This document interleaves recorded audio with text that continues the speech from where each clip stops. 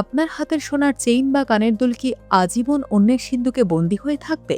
লোনের লোভে পড়ে নিজের শেষ সম্বলটুকু হারাচ্ছেন না তো?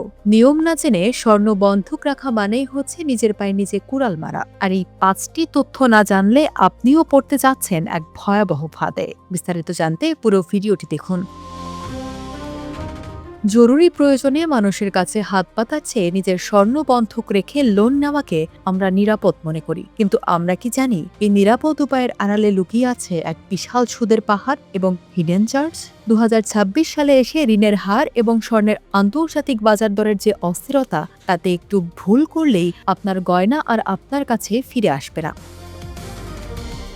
অধিকাংশ বেসরকারি আর্থিক প্রতিষ্ঠান বা এনজিও আপনাকে কম সুদের লোভ দেখাবে, কিন্তু মনে রাখবেন, স্বর্ণ ঋণের ক্ষেত্রে সুদ সাধারণত চক্রবৃদ্ধি বা হারে হিসাব করা হয়। অর্থাৎ আপনি যদি ১ মাস কিস্তি দিতে দেরি করেন, পরের মাসে সেই বকেয়া সুদের উপর আবারও সুদ ধরা হবে। ২০২৬ সালে নতুন মুদ্রাস্ফীতির কারণে অনেক ব্যাংক এখন প্রসেসিং ফি এবং বীমা চার্জের নামে মূল ঋণের একটা বড় অংশ কেটে রাখছে, যা আপনি হাতে পাওয়ার আগেই হারান। আগে স্বর্ণের বাজার মূল্যের ৮০ থেকে ৯০% লোন পাওয়া যেত, কিন্তু ২০২৬ সালের পরবর্তী নীতি অনুযায়ী এখন ব্যাংকগুলো বাজার মূল্যের সর্বোচ্চ ৬০% থেকে ৭০% লোন দিচ্ছে।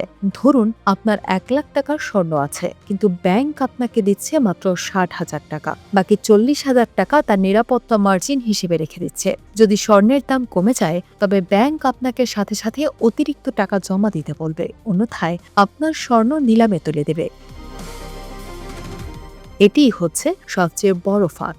আপনি যদি নির্দিষ্ট সময়ের মধ্যে লোন শোধ করতে না পারেন, ব্যাংক কোনো রকম ব্যক্তিগত নোটিশ ছাড়াই আপনার স্বর্ণ নিলামে তোলার অধিকার রাখে। ২০২৬ সালের ডিজিটাল নিলাম পদ্ধতিতে আপনার শখের গয়নাটি বাজার মূল্যের চেয়ে অনেক কম দামে বিক্রি হয়ে যেতে পারে। বিক্রিত টাকা থেকে ব্যাংক তাদের মূলধন ও সুদ কেটে নেবে, আর আপনি পাবেন সামান্য কিছু টাকা অথবা কিছুই না। লোন নেওয়ার সময় আমরা ছোট ছোট অক্ষরে লেখা শর্তগুলো পড়ি না। ২০২৬ সালের চুক্তিপত্রে অনেক সময় স্টোরেজ ফি বা ভল্ট চার্জ যুক্ত করা হয়, অর্থাৎ আপনার স্বর্ণ পাহারা দেওয়ার জন্য ব্যাংক প্রতি মাসে আপনার কাছ থেকে আলাদা চার্জ কাটবে। এছাড়া লোন মেয়াদের আগে পরিশোধ করতে চাইলেও আপনাকে গুনতে হতে পারে আর্লি সেটেলমেন্ট ফি। স্বর্ণ বন্ধক রাখা মানে আপনার ইমোশন বা আবেগকে বন্ধক রাখা। যদি একান্তই লোন নিতে হয়, তবে অবশ্যই সরকারি ব্যাংক বা স্বনামধন্য তফসিলি ব্যাংক থেকে নিন। চুক্তিপত্রের প্রতিটি লাইন খুঁটিয়ে পড়ুন। লোন নেওয়ার আগে ভাবুন, আপনি কি আসলেই কিস্তি দিতে পারবেন? মনে রাখবেন, ঋণ মানুষের ঘুম কেড়ে নেয়, আর অনিয়ন্ত্রিত ঋণ আপনার আজীবনের সঞ্চয়টুকু কেড়ে নেয়।